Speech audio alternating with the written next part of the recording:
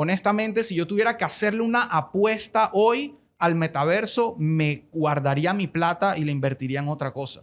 Y ahí cosas como esas tenemos los famosos NFT, donde hubo todo este boom del arte digital y de cuánto se iba a valorizar y gente que invirtió cientos de miles y millones de dólares en arte digital. Ese arte digital hoy en día, ¿dónde está? O hay gente que se lo tuvo que comer con ketchup porque, o sea, esa plata no sé cuándo la van a recuperar, si es que algún día la recuperan.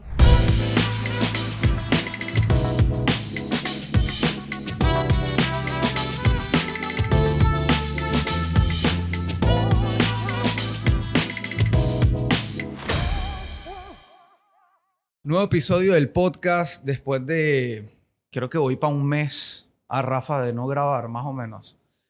Sí, tomé una pequeña pausa para un viaje con mi esposa que se graduó de un máster y la felicito nuevamente en público. Y aprovechamos para tomar unos días de vacaciones, así que bueno, me desconecté un poco, no alcancé a acumular contenido como hubiera querido, pero ya estamos retomando y eh, agendando nuevos invitados. Por otro lado, digo, estoy solo haciendo prácticamente un monólogo después de mucho tiempo que tomé la decisión, casi que más de la mitad del podcast hasta hoy siguen siendo episodios donde hablaba solo y era solo audio. Eh, y luego de haber parado por un rato, tomé la decisión de retomar en video y con invitados, que es lo que han estado viendo hasta ahora, y a los que lo han estado viendo, muchas gracias de verdad por el apoyo y los que me siguen en redes y ven los clips que sacamos de los episodios también. De verdad, muchas gracias por estar ahí, por compartir y por comentar y todo. Así que bueno, hoy particularmente quise grabar este episodio solo porque quería contar un par de cosas, bueno, o una cosa en verdad, digo, lo más relevante que probablemente le ha pasado a la agencia y a mí personalmente es que hace aproximadamente 2 semanas, o sea, iniciando junio, digamos, Shopify nos nombró como agencia Partner Plus, eh, la primera agencia Plus en Panamá, Centroamérica y el Caribe, o sea, prácticamente en toda la región somos los únicos. En Latinoamérica en general, creo que hasta hace poco habían solo 14 agencias Plus y abrieron unos cuantos cupos, creo que 4 si no me equivoco, y nosotros fuimos uno de esos y la verdad me tomó por sorpresa, más allá de que venimos haciendo un trabajo sumamente exhaustivo para nuestros clientes, obviamente, que es la razón por la cual hacemos el trabajo que hacemos. Pero digo, de cara a Shopify, hemos sido como un partner muy, muy leal. Creemos fielmente en la plataforma, en lo que ofrece, tanto a nosotros como agencia, como a nuestros clientes. Entonces, nada, creo que es un reconocimiento a eso, a la trayectoria que llevamos, que suena corta, pero digo, 3 años son 3 años y a la cantidad de clientes que hemos atendido, ayudado a crear sus canales digitales, a llevar sus proyectos al siguiente nivel. Entonces, de verdad, nos enorgullece muchísimo y obviamente nos crea una presión porque, obviamente, bueno, para explicar un poquito, ser una agencia Plus, Shopify tiene 4 planes, básicamente, de cara al usuario, de cara al comercio. 3 planes que son digo, han ido variando de precio, pero digamos que $25, $65 y $399. Todos ofrecen la misma capacidad en términos de infraestructura, de estabilidad, de velocidad, de escalabilidad, de seguridad, etcétera, pero tienen ciertas particularidades. Unos ofrecen más usuarios de staff administrativos que otros, unos ofrecen más reportes que otros y así sucesivamente. Hay algunas cosas que hacen la diferencia entre un plan y otro, que obviamente están diseñados para que a medida que crece tu empresa también puedas ir creciendo en plan, lo que me parece sumamente lógico. Pero hay un salto bastante grande luego que llegas al de 399, que es Shopify Plus. Shopify Plus es un plan de $2,000 al mes, pero obviamente está creado para estas grandes empresas, grandes comercios con mucho volumen de ventas, probablemente con tiendas a nivel internacional, una logística un poco más compleja, un back office más complejo, digamos. Hay que integrarse a sistemas de manejo de inventario, logística, CRM, etcétera. Shopify Plus te permite integrarte a todas esas cosas y gestionar un volumen grande de transacciones, data, información, etcétera. Y aparte tiene unas funcionalidades muy específicas, o sea, ellos van sacando funcionalidades y herramientas propias para ese nivel de comercio, ese nivel de mercado. Entonces, como se imaginarán, son proyectos más complejos que requieren mucho más alcance, mucho más recurso, mucho más esfuerzo, pero asimismo lo suelen contratar empresas grandes, empresas que tienen esa capacidad. Entonces, Shopify escoge literalmente a mano los partners a los que les quiere dar ese estatus, porque ahí entra una relación ya muy directa con ellos como empresa. Digamos que ahora nosotros tenemos acceso directo a personal clave dentro de Shopify con el que podemos hablar para facilitar los proyectos de nuestros clientes, de las empresas que nos buscan. Entonces, bueno, genera toda esa responsabilidad porque también hay un compromiso de satisfacción de los clientes, de ventas, de la cantidad de leads que podamos proporcionar, y ellos a su vez, al ser esta relación muy cercana y ser un partner, digamos, validado para ellos en términos de calidad, de servicio, de todo, ellos también proporcionan leads, oportunidades de venta para que nosotros como agencia lo gestionemos. Entonces, nada, de nuevo, súper orgullosos, felices de ese reconocimiento. Lo queremos aprovechar al máximo y cumplir con las expectativas de Shopify y de los clientes que tienen ese nivel. Para nosotros casi que en términos de esfuerzo, servicio, transparencia, comunicación con el cliente sigue siendo lo mismo, porque no importa si eres un emprendedor desde casa o una pyme o una empresa ya un poco más grande, siempre damos el mismo compromiso, siempre damos el mismo esfuerzo, siempre nos dedicamos de lleno al proyecto de nuestros clientes. Entonces, esa parte, digamos que no hay que hacer un cambio de nada. Es solamente entender que lo que viene son proyectos más grandes, más complejos y que hay que estar al día, pues. Pero bueno, les quería comentar eso porque de verdad fue como una noticia súper relevante del mes y estamos súper enfocados en eso. Pero bueno, lo otro es que nos contactaron o me contactaron de un medio importante. Me quiero reservar el nombre por ahora porque como no han salido las publicaciones, no me quiero anticipar, pero me hicieron unas preguntas puntuales para una entrevista que van a publicar y pues redactar esas respuestas me hicieron ver que había una oportunidad de grabar un episodio sobre esas respuestas, que era como un momento ideal en el año para refrescar un poco conceptos, ideas y cosas que están pasando. Entonces, eso es lo que quise traer a la mesa y digo, como eran unas preguntas de otro medio hacia mí que yo tenía que responder solo, pues entonces decidí que iba a grabar solo.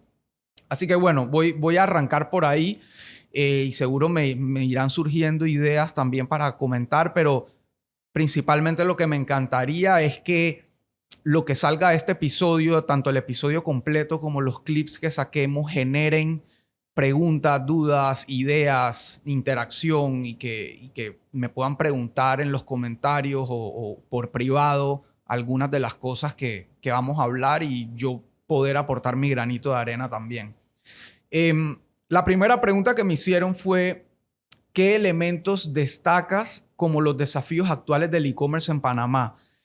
Y siento que esta pregunta obviamente no aplica solo para Panamá, aplica prácticamente para toda Latinoamérica o la región centroamericana, porque hay que reconocer que hay ciertos países de Latinoamérica mucho más desarrollados en e-commerce que nosotros, que llevan varios años en esto, llámese Argentina, Brasil, México, incluso Colombia, cada uno con sus diferencias internas a nivel cultural, de idiosincrasia, de mercado, etcétera, de condiciones propias del país, de la industria, pero están bastante desarrollados. Chile se me queda por fuera también. Entonces, pero siguen habiendo en muchos casos las mismas dificultades o los mismos desafíos, pero haciendo la reflexión un poco en la pregunta puntual que me hicieron para Panamá y pensando también en Centroamérica, em, pensaba que si me hubieran hecho esta misma pregunta hace algunos años, quizá no tantos, hubiera dicho que los desafíos, y es lo que venimos escuchando en conferencias de otros expertos, especialistas, etcétera, lo mismo, bancarización del usuario, eh, desafíos logísticos. Bueno, con la parte de bancarización de usuario me refiero a que más usuarios dentro de nuestros países, nuestras regiones, tengan acceso a métodos de pago propios del e-commerce, llámense tarjeta de crédito, billeteras virtuales, cuentas de ahorro, en fin. Entonces, eso, por ejemplo, siento que hoy en día ya no es una barrera. Sí, seguro hay más cosas por hacer, hay un camino que sigue pendiente de evolucionar, que tiene que seguir evolucionando, pero eso hay. O sea, ya hay acceso a tarjetas de crédito y si no eres sujeto de crédito, puedes aspirar a débito, puedes aspirar a ahorros. Hay billeteras virtuales, unas que dependen de un banco, otras que no. Hay comercios y proveedores que hacen pago contra entrega. En fin, ya eso no es una barrera. Creo que los proveedores bancarios y no bancarios, más bien financieros, han entendido esta necesidad y se han, digamos, puesto las pilas en eso. Así que por ese lado no.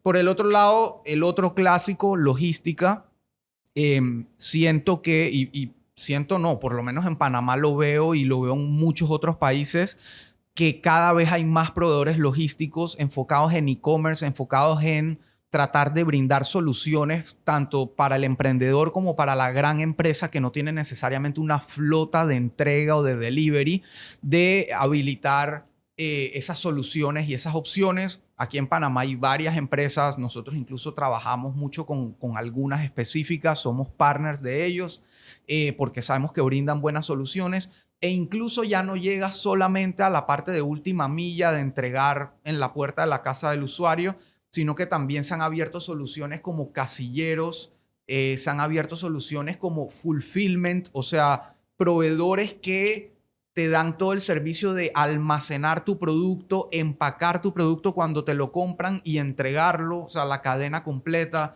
Entonces, habiendo dicho eso, definitivamente logística no es. Y así podemos seguir hablando, y sorry que vea la pantalla, pero obviamente respondí varias cosas que un poco largo que estoy tratando de resumir, pero efectivamente hay muchas cosas que podemos seguir mencionando de que en algún momento fueron desafíos, pero que hoy no necesariamente lo son. Bueno, otra cosa, plataformas. Hay múltiples plataformas de e-commerce donde montarse, unas gratis, unas más costosas, unas más complicadas, unas más fáciles. Eh, a nivel, digamos, gubernamental, por ejemplo, en Panamá, hace poco salieron las sociedades de emprendimiento, o sea que emprender de manera formal incluso también es más fácil ahora, tiene beneficios. En fin, un montón de cosas que han mejorado y que dejaron de ser desafíos. Sin embargo, y aquí es donde encuentro todavía el desafío, porque sin duda alguna la pandemia marcó un antes y un después. La pandemia aceleró y forzó muchas cosas en el comportamiento del usuario, muchas cosas en las mismas empresas, los comercios que querían salir a seguir vendiendo su producto porque tenían las puertas cerradas.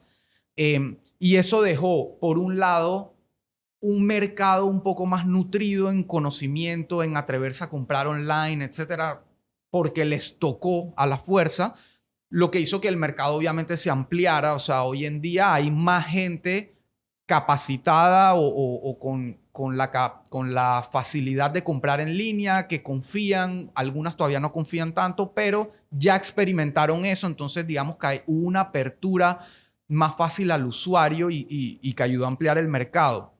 Sin embargo, y de nuevo, aquí es donde vengo con el desafío que yo encuentro, al menos en Panamá, y si hay gente escuchándome de otras regiones, me encantaría que comenten y me digan su opinión. Pero yo siento que el principal desafío hoy en día sigue estando del lado del comercio, del lado de la empresa.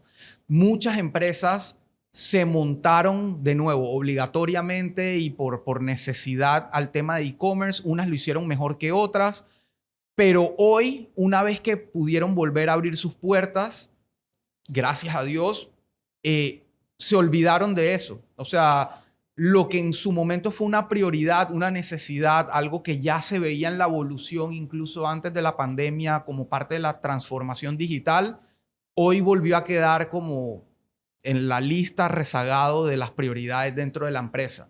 Y eso lo único que hace es impactar al cliente y la relación con el cliente. Muchas de esas empresas han dejado eso de lado, quizá por temas de presupuesto, temas de recursos, de personal, de dónde lo enfocan más, dónde lo enfocan menos. Algunas todavía se siguen recuperando de la pandemia y eso es totalmente entendible, pero siento que simplemente se olvidaron de que las generaciones, el usuario, el cliente final sigue evolucionando más allá de pandemia o no. Incluso, y esto es estadístico, demográfico, básico, pero aquí incluso encontré un artículo de Forbes donde lo reconfirmé, y es que en el 2025, o sea, estamos en el 2023, esto es en 2 años solamente, año y medio, el 75% de la fuerza laboral del mundo va a ser millennial y centennial.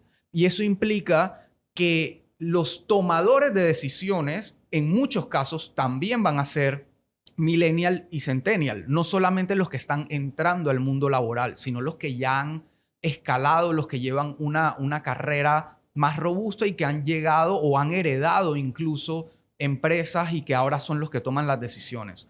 Esas dos generaciones ya nacieron en la era digital.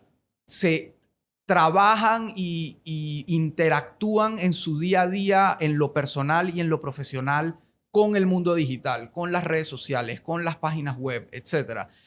Todas las búsquedas, las intenciones que tienen esos usuarios nacen en digital, por más que luego se trasladen a una tienda por conveniencia, porque la tienen cerca, porque quieren tocar el producto, qué sé yo. Su intención de compra nace en digital y hay miles de estudios de eso que lo pueden ratificar. Entonces, siento que la empresa hoy se está olvidando de que eso va a pasar, ya está pasando y va a pasar aún más radical.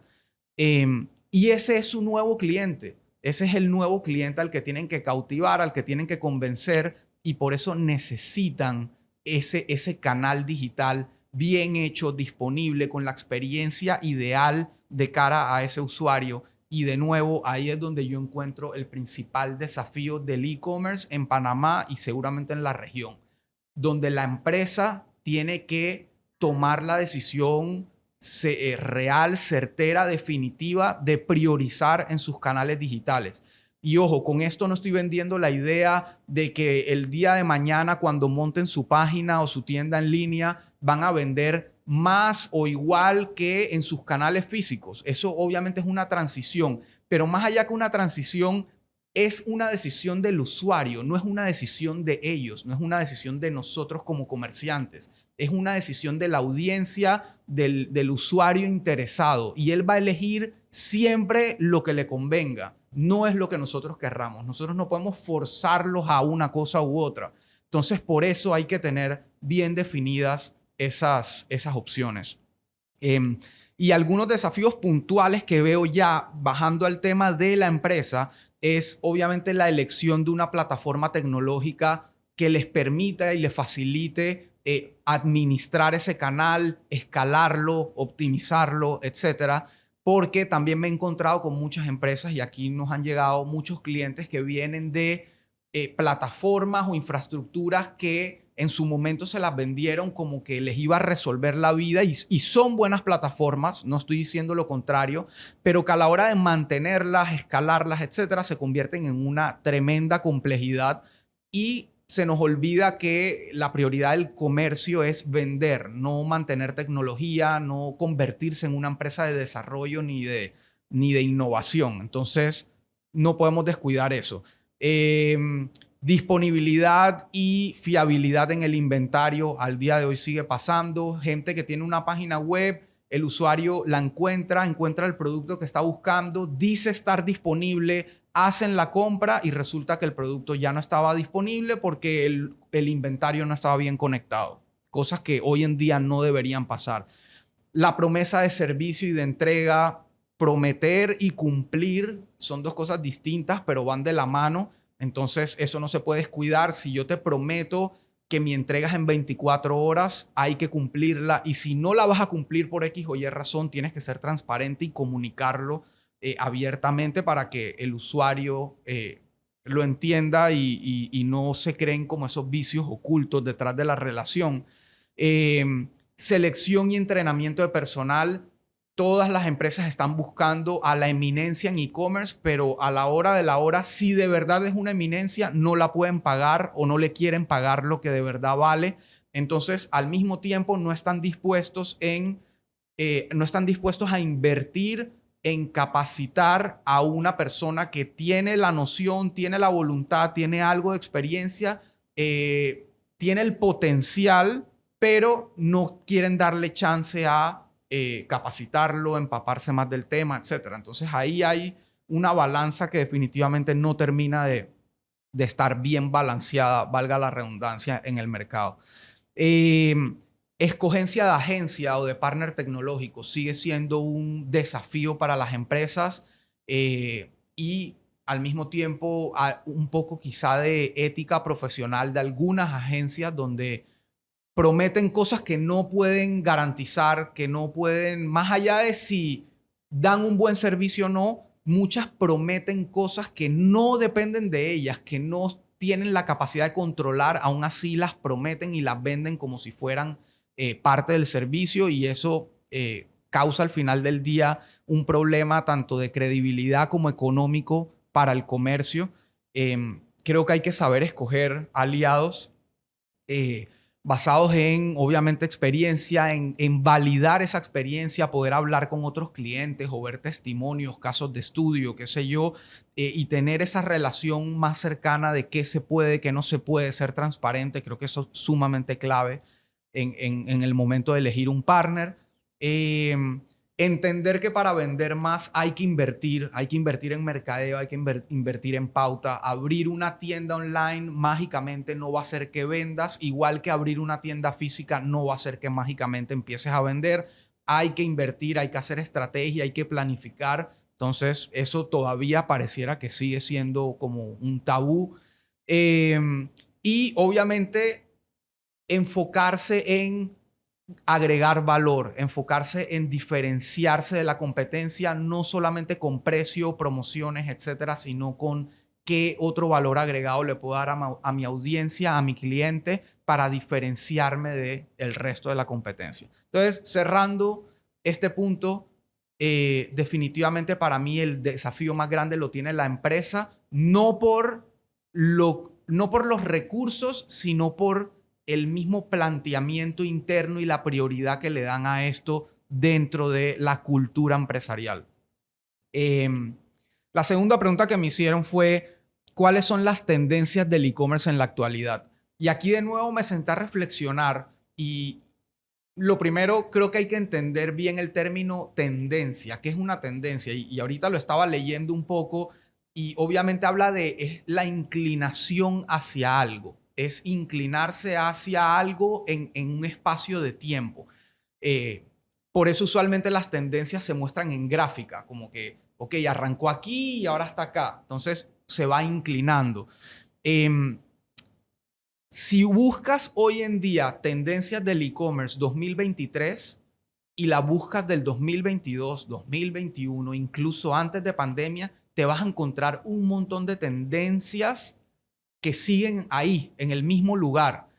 Entonces, ahí por lo menos yo me pregunto si algo lleva tanto tiempo, tantos años diciendo que es una tendencia que no se ha terminado como de establecer, ¿sigue siendo tendencia o no? No lo sé. Y yo, por ejemplo, agarro unos ejemplos muy puntuales como realidad aumentada.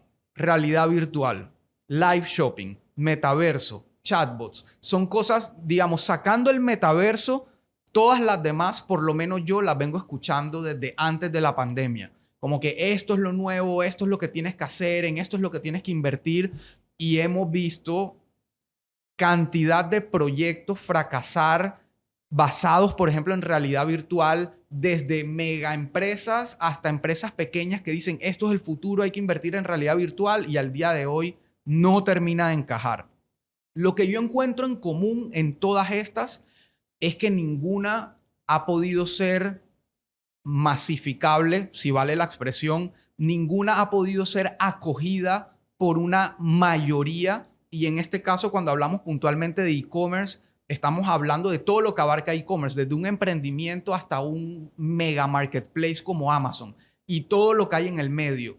Si toda esa masa no puede de alguna manera, ya sea por precio, por complejidad, por accesibilidad, etcétera, formar parte de esa tendencia, formar parte de esa tecnología, entonces es muy difícil que permanezca.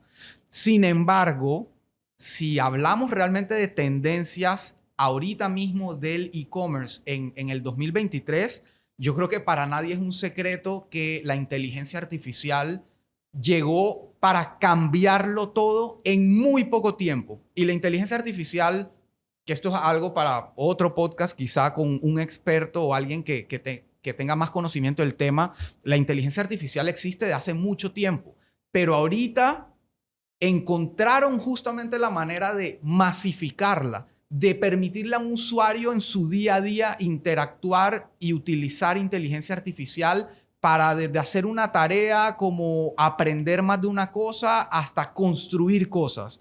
Entonces, eso para mí es una tendencia, es algo que llegó y ya estás viendo el impacto en absolutamente todo, no solamente en e-commerce. Ahora, en e-commerce obviamente hay un montón de aplicaciones, pero desde redactar descripciones de productos con un par de clics, redactar contenido para tu web con un par de clics, inteligencia artificial aplicada a las plataformas de mercadeo, por ejemplo, Meta, Facebook, Instagram, Google, todos están enfocados en meter aplicaciones de inteligencia artificial en sus plataformas porque va a ayudarle a su cliente también a pautar mejor, invertir mejor en esas plataformas. Entonces ahí uno empieza a ver de verdad el cambio, porque todo lo que acabo de mencionar tiene acceso desde un emprendedor en su casa hasta una empresa con un presupuesto de millones de dólares. Entonces, eso para mí es una tendencia que de verdad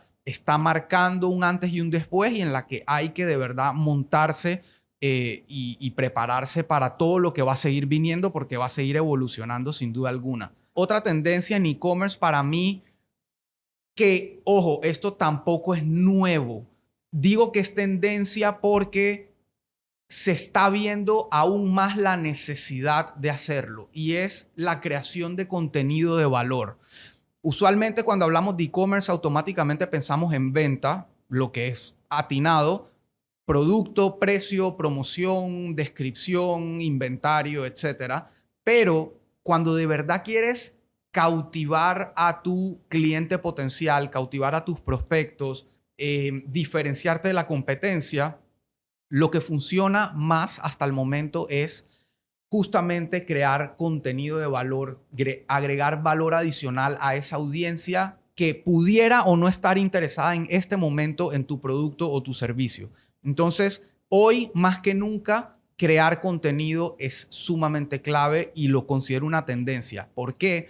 Porque a medida que evolucione lo que hoy en día se llama como el mercado de la atención, donde múltiples protagonistas en el plano digital están buscando la atención del usuario como si fuera petróleo, ahí es donde uno tiene que estar y eso es donde uno se tiene que mentalizar que ese es el switch para comenzar a atraer clientes de forma orgánica y amplificarlo con mercadeo y pauta digital.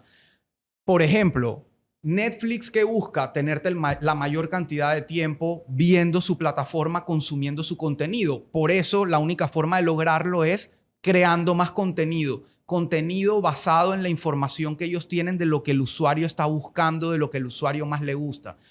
Facebook, Instagram, creando más contenido a través de sus usuarios, o sea, ellos dependen de sus usuarios para que otros usuarios pasen más tiempo sumergidos en sus plataformas. Porque entre más tiempo pasen los usuarios ahí y entre más usuarios hayan pasando tiempo ahí, más pueden vender publicidad a las empresas y a las marcas dentro de sus plataformas. Asimismo, el que es coach, el que es una marca de productos, una marca de servicios, los medios de comunicación, los que hacen noticias, todos están buscando eso, atención. Y uno tiene que ser parte de ese mercado también. Uno tiene que aprender a buscar la atención de sus clientes para que la atención de tus prospectos o tu cliente potencial para que se convierta en cliente, para que se convierta en venta. Entonces, contenido de valor antes era como que algo lindo para hacer, hoy es un must, es una necesidad, es lo único que de verdad te va a mantener vigente y te va a mantener diferenciándote del resto. Y la otra que agregué es el tema de la colaboración. En algún punto aparecieron los influencers, los realmente influencers, gente que tiene la capacidad de influir con su contenido y su estilo de vida y su educación en otros. En algún momento siento que hubo como un choque entre las marcas y los influencers porque creo que quizá en un periodo de inmadurez ninguno de los dos tenía muy claro cómo se podía colaborar de una manera que fuera ganar para ambas partes. Y siento que hoy eso ha evolucionado, hoy se entiende mejor. Hoy las empresas saben buscar mejor con qué influencers relacionarse y los influencers han aprendido que no pueden venderse a lo que sea y no pueden hablar de lo que sea. Tienen que ganarse la credibilidad, la confianza de su audiencia para ofrecer algo que de verdad les haga sentido. Entonces, ese tipo de colaboraciones de los creadores de contenido con las marcas o las empresas que no necesariamente saben crear contenido, que era lo que decía en el punto anterior, entonces tienen esa capacidad de colaborar ahora. Colaboraciones entre marcas, colaboraciones entre coaches, colaboraciones entre expertos y empresas, en fin, colaborar, que es algo que también viene desde la historia de las cavernas. Hoy en día es sumamente relevante tener esa capacidad y buscar esas alianzas. Y cosas que considero que hoy en algún momento fueron tendencia, hoy ya no son tendencia, hoy son una obligación. Están obviamente brindarle una buena experiencia al usuario en todos los puntos de contacto que tengas, tu página web, tus redes sociales, tu chatbot, tu WhatsApp, tu tienda física, etcétera. Es una obligación que todos los canales que abras, porque no tienes que abrirlos todos, que todos los canales que abras funcionen bien y den una buena experiencia a tu cliente para que regrese. Lo otro, pensar en móvil antes que en cualquier otro dispositivo. Al día de hoy veo empresas que siguen cometiendo el error de pensar en desktop, en pantalla grande, en computadora, cuando hablan de sus páginas web o cuando quieren implementar funcionalidades y cosas, y se les olvida o desconocen que más del 90% del tráfico, el 90% del tráfico que llega a sus sitios web llega por el celular. Todos estamos conectados por un celular, es el dispositivo que usamos para interactuar, para buscar. Cuando tenemos una intención de compra, es lo primero a lo que recurrimos. Y la computadora, la realidad es que hoy en día la utilizamos para los momentos donde nos sentamos a trabajar en una oficina, en una empresa, y algunas labores específicas, pero de resto todo lo hacemos por el celular. Entonces, no pensar en el celular primero es el error más grande que podemos cometer hoy en día al momento de brindar una experiencia web.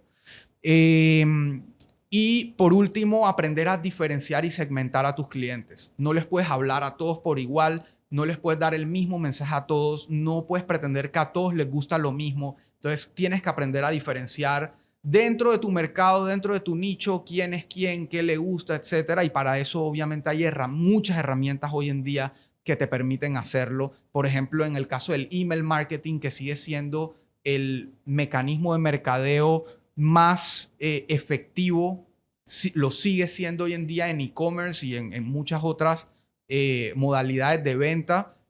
Ahí en esas herramientas, si tienes una buena herramienta, tú puedes segmentar a tus clientes, crear perfiles, mandarles mensajes distintos a cada segmento, etc. Luego, tercera pregunta que me hicieron: ¿cómo se transformaron las expectativas de los clientes tras la pandemia? ¿Qué exigen los consumidores? Y aquí, obviamente, para mí es muy sencillo. El consumidor quiere una buena experiencia como ya la conoce. La experiencia Amazon, la experiencia de plataformas que funcionan muy bien, que tienen muy claro cómo deben brindar esa experiencia. Y vuelvo a la pregunta uno, el gran desafío de la empresa panameña y de nuevo, creo que de la región en general, de brindarle una buena experiencia a su cliente en digital porque lo está buscando, porque lo está necesitando y creen que como ya tienen sus tiendas abiertas, ese canal no es prioridad y están cometiendo un grave error. De nuevo, lo repito, si me preguntan a mí, el usuario quiere poder tener confianza, quiere poder tener una relación de confianza con el comercio. En pandemia a muchos les quedaron mal, por más que se vieron en la obligación de usar estos canales. Muchas empresas no supieron cumplir con la expectativa. Eso al día de hoy sigue pasando y no debería pasar. Eh, lo otro, el tema también que mencionaba de inventario, disponibilidad, fiabilidad. Empresas que hoy en día publican productos, el usuario se toma el trabajo de confiar, les da el voto de confianza, lo compran y resulta que o no llega lo que era o no llega el producto del todo y le tienen que devolver la plata o se lo quieren cambiar por otra cosa. El usuario no quiere más eso porque sabe que hay otras empresas que sí lo hacen bien. Entonces, ya no es un tema de, bueno, es que eso es lo que hay. No, hay empresas que sí lo están haciendo bien y te van a ganar si tú no lo haces. Eh, Otra cosa es que hoy por hoy, y también lo decían en la pregunta uno, el usuario, por más de que no te compre online, su decisión de compra nace online. Lo primero que va a hacer antes de salir de su casa y exponerse, por ejemplo, en el caso de Panamá, al calor o a la lluvia o a gastar gasolina o a meterse en el tráfico, es buscar online si tu negocio, tu comercio vende el producto que le está buscando, si lo tienes disponible, en qué sucursal está disponible, etcétera. Si tú no estás apareciendo ahí, eso es como en no sé hace cuántos años las páginas amarillas. Si no estás en las páginas amarillas, no existes, porque eso era el lugar que había para buscar los comercios locales. Obviamente Google revolucionó eso porque ahora todos buscamos en Google a ver si el comercio existe, si está abierto, cuáles son los horarios. Entonces tienes que estar ahí, tienes que tener una presencia digital, tienes que darle esa confianza al cliente de que no va a ser su viaje por el gusto, y eso es lo que te ayuda a cerrar el ciclo. Por eso decía, tener una buena presencia digital, invertir en una tienda en línea, en una buena página web, no significa que la clásica pregunta, ¿cuándo voy a recuperar esa inversión? Tu inversión la vas a recuperar si tu negocio aumenta sus ventas, si atraes nuevos clientes, etcétera. Porque no importa por qué canal te hagan la compra, sigue siendo tu misma cuenta de banco, sigue siendo los mismos ingresos de tu empresa. Entonces, esa mentalidad de competencia entre la web y la tienda física y el WhatsApp, eso hay que borrarlo de la cabeza. Estamos hablando de que el usuario siempre va a tomar la decisión y a ti lo que te importa es que ese usuario confíe en ti y te compre a ti y regrese y se vaya satisfecho. Y bueno, y por último, obviamente el usuario no va a dejar nunca de querer un buen precio, una buena oferta, un buen descuento, una buena promoción. Eso siempre va a estar vigente, pero no necesariamente estoy 99% seguro que no es su primera, no es la prioridad en la lista cuando decide a quién le compra o a quién no. Cuando ya conoce muy bien la marca, muy bien el producto, pues obviamente el siguiente renglón es precio. Pero si no lo conoce, esa no es la prioridad. Entonces hay que tenerlo siempre en cuenta. La pregunta 4 era específicamente sobre el live shopping, cómo ha evolucionado el live shopping, es una práctica acertada. Entonces aquí agregaban unas estadísticas que dice que el 70% de los consumidores europeos señalan estar interesados en el live shopping. Y se estima que en 2026 entre el 10% y el 20% de las ventas de e-commerce se realizarán mediante live shopping, con un índice de conversión 10 veces superior a los canales tradicionales. Para mí estas estadísticas son un poco subjetivas. Primero porque dice que les interesa el live shopping. Ahí nadie está diciendo amo el live shopping y es mi canal número uno de compras, etc. O sea que puede que, como pasó con la realidad virtual y todos estos demás tendencias o desarrollos, puede que todas las empresas salgan corriendo ahora a implementar estrategias e invertir en live shopping y terminen dándose cuenta que no funcionaba como pensaban. No sé, es una premonición o no sé cómo llamarlo, pero digamos que no, me parece subjetivo. Pero aterrizando un poco la idea del live shopping, para mí hoy en día el live shopping no es más que la evolución de las televentas. Es el TV offer de las redes sociales. Es una persona en un en vivo hablándote de un producto, mostrándotelo, diciéndote cómo se usa, etcétera. Y de ahí esa audiencia que se toma el trabajo o tiene el interés de verlo, que no sé cuánta es. Por ejemplo, a mí me puede encantar mucho un producto, pero yo no sé si me conectaría a ver en vivo un programa de cómo se usa el producto. Seguramente sí investigaría, vería videos en YouTube, tutoriales o opiniones de otros clientes, pero siento que el live shopping funciona porque tiene su mercado, tiene su tipo de gente, tiene su tipo de usuario, entonces no es algo descartable, pero de ahí a apostar que es como la gran tendencia de compra y que ahora todo el mundo va a querer comprar live, me parece de nuevo bastante subjetivo y un poco exagerado. Creo que hay mercados, por ejemplo, si uno investiga sobre live shopping, lo primero que te vas a encontrar es que en Asia, en países como Corea, Japón, China, etcétera, es el boom del e-commerce, el live shopping. Pero ahora estamos hablando de mercados gigantes con una cultura diferente, con una evolución diferente, con una idiosincrasia diferente. Entonces, pretender que eso va a pasar exactamente igual acá, no sé, no me caso con la idea. Ahora, definitivamente, al igual que el video en e-commerce, esto ayuda muchísimo a romper esa pared imaginaria de quiero tocar el producto, quiero ver el producto, quiero ver cómo se siente, quiero ver cómo se usa. Lo más cercano a eso definitivamente es verlo en video, ver a una persona real usándolo, modelándolo, tocando la tela, etcétera. Entonces, por ese lado definitivamente sí tiene unos grandes beneficios, pero si lo veo como un tema de tendencia, de nuevo, opinión muy personal, yo no lo veo como que está pronto a, al menos en nuestra región, a convertirse en el gran disruptor del e-commerce y de las ventas en línea. Eh, Luego, la pregunta 5 de nuevo muy específica a Panamá, era que la pregunta es si hay dinamismo en el e-commerce en Panamá. Yo siento que sí hay dinamismo, de nuevo, por lo que decía en la pregunta 1, porque se han roto algunos paradigmas y algunas barreras, como el tema de la bancarización, acceso a Internet, acceso a la información,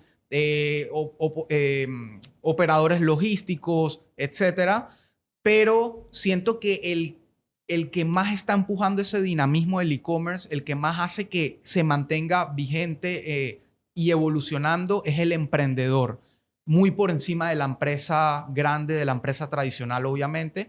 Y digo, no es por nada que el emprendimiento o la empresa, la micro, pequeña y mediana empresa en Panamá, no sé en los otros países, es la generadora del 80% de los empleos en el país. Entonces, asimismo, que esa industria, que el emprendimiento, que la micro y pequeña y mediana empresa se monten en un tema de e-commerce, quieran ampliar sus canales sus canales de venta a través del mundo digital, hace definitivamente que el e-commerce se mantenga muy dinámico y en movimiento constante en Panamá. Aparte que siento que de alguna manera, digamos, tibia quizá, el Estado, el gobierno también ha visto que es una oportunidad importante para generación de empleo y que el comercio se mantenga en movimiento dentro del país. Así que creo que están tratando de buscar opciones de evolucionar, digamos, dentro del país.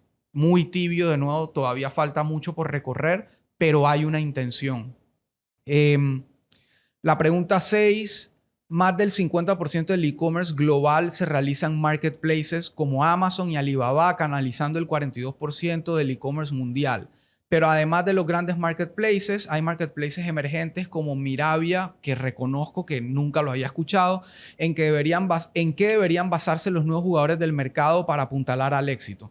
Casualmente vengo ahorita de un desayuno de networking y emprendimiento y eso, donde salió ese tema porque una de las personas asistentes estaba diciendo que él tiene una empresa de distribución de productos, o sea, algo bien tradicional, y que al sol de hoy no se ha metido ni a e-commerce ni a marketplace, y que cuando pensaba en las dos opciones, por un lado, con el tema de intentar entrar a páginas web, e-commerce, etcétera, le había ido mal, como que había tomado malas decisiones, había escogido malos proveedores o no lo había sabido hacer bien, pero por el otro lado estaba la oportunidad de marketplace, pero sentía que los marketplaces tienen una agenda, y esto obviamente muy basado en Amazon, cosa que es 100% real, que los marketplaces tienen una agenda de aprender de tu negocio, de tu producto, de tu cliente, para luego ellos montarse en ese negocio. Amazon definitivamente lo hace. Hay miles de historias de gente que encontró un producto ganador, lo metió en Amazon, vendió un montón, hizo plata y un buen día Amazon no solo metió su producto igualito, sino que aparte te tumba tu listing o te saca de la plataforma.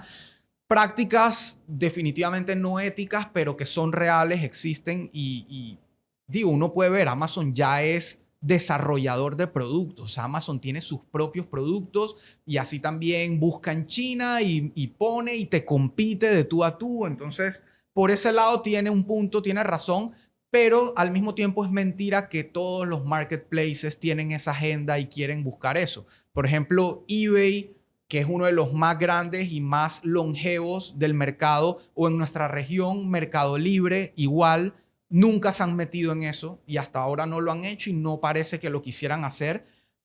El marketplace al final del día viene a ser una plataforma tecnológica que conecta al consumidor con el proveedor. Y yo creo que sigue habiendo una oportunidad, no hay que escoger entre uno y el otro.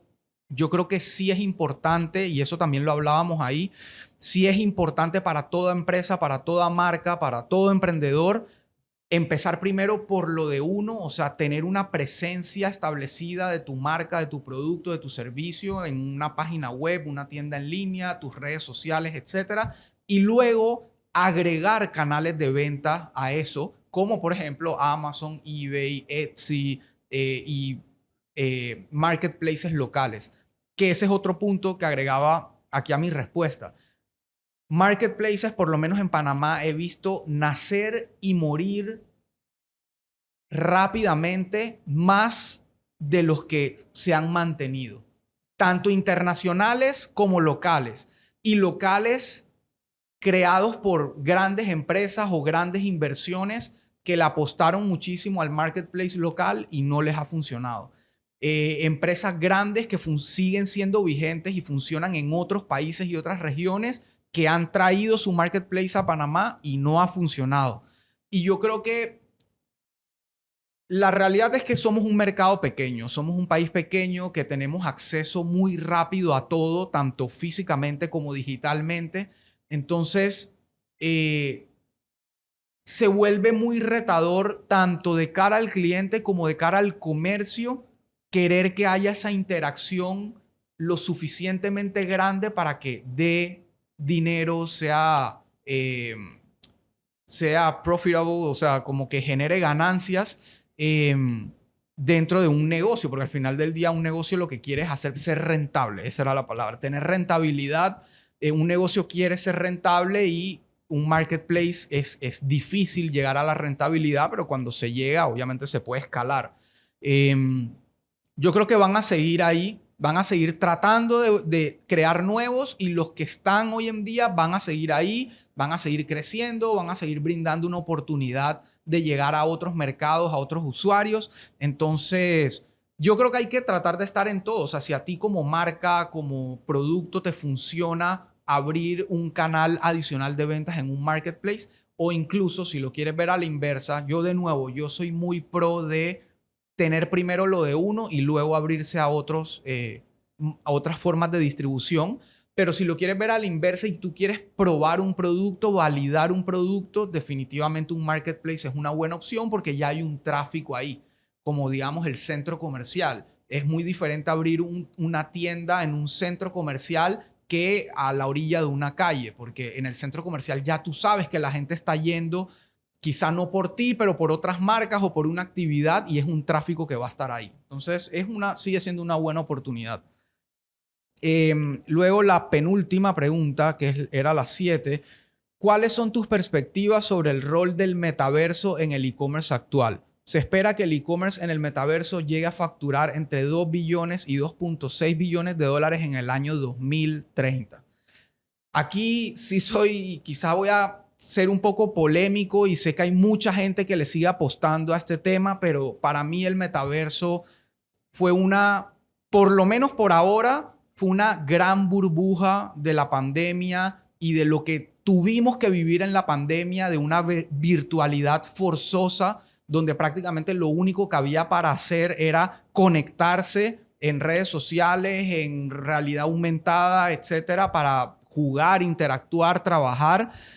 Y eso le abrió los ojos a gente como Mark Zuckerberg, que su principal interés, y de nuevo lo decía ya no sé en cuál pregunta, su principal interés es tenerte ahí, tenerte en su red, tenerte sumergido, consumiendo contenido, porque eso es lo que a él le genera valor, lo que hace crecer a su empresa y lo que hace que venda más. Entonces, ¿qué mejor que evolucionar incluso a un siguiente nivel donde te tiene viviendo una realidad virtual constantemente, viviendo una segunda vida dentro de este famoso metaverso y redes, etcétera? Pero si tú buscas noticias, ahorita mismo te vas a encontrar con cuánta plata perdió Mark Zuckerberg invirtiendo en el metaverso porque era el gran futuro y porque era lo que venía, y al día de hoy sigue sin explotar. O sea, esto lo venimos escuchando desde el 2020, 2021. Al día de hoy sí, para mí sigue más dormido que nunca.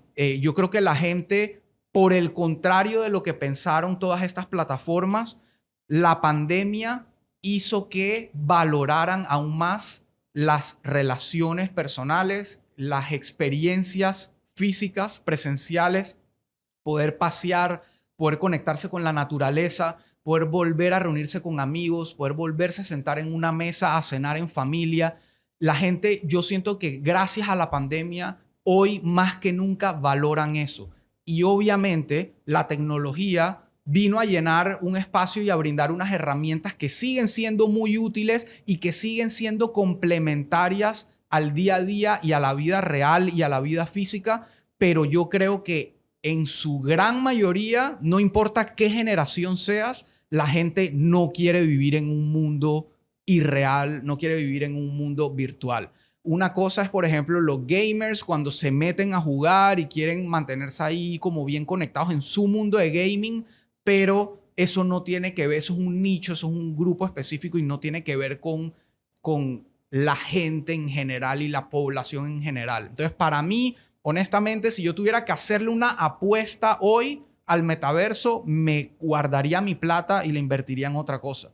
Y ahí cosas como esas tenemos los famosos NFT, donde hubo todo este boom del arte digital y de cuánto se iba a valorizar, y gente que invirtió cientos de miles y millones de dólares en arte digital. Ese arte digital hoy en día, ¿dónde está? O hay gente que se lo tuvo que comer con ketchup porque, o sea, esa plata no sé cuándo la van a recuperar, si es que algún día la recuperan. Ojo, la tecnología, y lo decía desde ese entonces porque para mí eso nunca tuvo mucho sentido. Sin embargo, la tecnología para mí eh, sí tiene muchas aplicaciones, sí tiene un potencial gigantesco, porque estamos hablando de poder darle un valor a algo digital, dárselo en el plano real con una validación y con una, no sé cómo llamarle, como que darle una vigencia a algo, como por ejemplo de duplicidad, de falsificación, etcétera, poder darle esa vigencia a algo digital que antes era muy difícil darle. Entonces, yo sí creo que los NFT, por ejemplo, esa tecnología va a llegar a un punto en que se empiece a usar en, por ejemplo, en boletos de eventos, ese tipo de cosas donde esas industrias donde necesitan esa fiabilidad, pero el tema del arte digital no sé qué tanto vaya a cuajar. Aparte porque el arte digital estaba súper conectado con el metaverso. Entonces tengo una mansión en el metaverso y ahí tengo mi cuadro que compré en $100,000. O sea, yo honestamente todavía sigo sin encontrar el sentido, pero bueno, habrá gente que lo ve distinto. Así que para mí esa apuesta no va. Por ahora no va, no la veo. Y ya por último, para cerrar, ¿qué oportunidades para el e-commerce identificas en Panamá y en Centroamérica? Yo, si me baso netamente en Panamá, de nuevo, la empresa tiene una gran oportunidad, tiene que montarse por, de nuevo, datos demográficos básicos. No les estoy tratando de vender nada, es simplemente evolución del negocio, evolución como ha pasado en la historia de la humanidad. Vienen nuevas olas que cambian todo y los que no se montan en esa ola desaparecen. Eso es histórico, es data real, no me lo estoy inventando yo. De nuevo, 2025, 75% de la fuerza laboral del mundo va a ser centennial y millennial, y asimismo van a ser los tomadores de decisiones, los que hacen transferencias bancarias, los que pasan la tarjeta de crédito, los que firman una orden de compra. Así que si no estás preparado para eso, si no tienes una buena presencia digital, si no tienes una tienda en línea o una página web que te permita capturar esos clientes potenciales, vas a pasar mucho trabajo, y estamos hablando de 2 años. En 2 años eso es ya. Así que para mí eso, primero que todo, que la empresa se meta ese chip en la cabeza.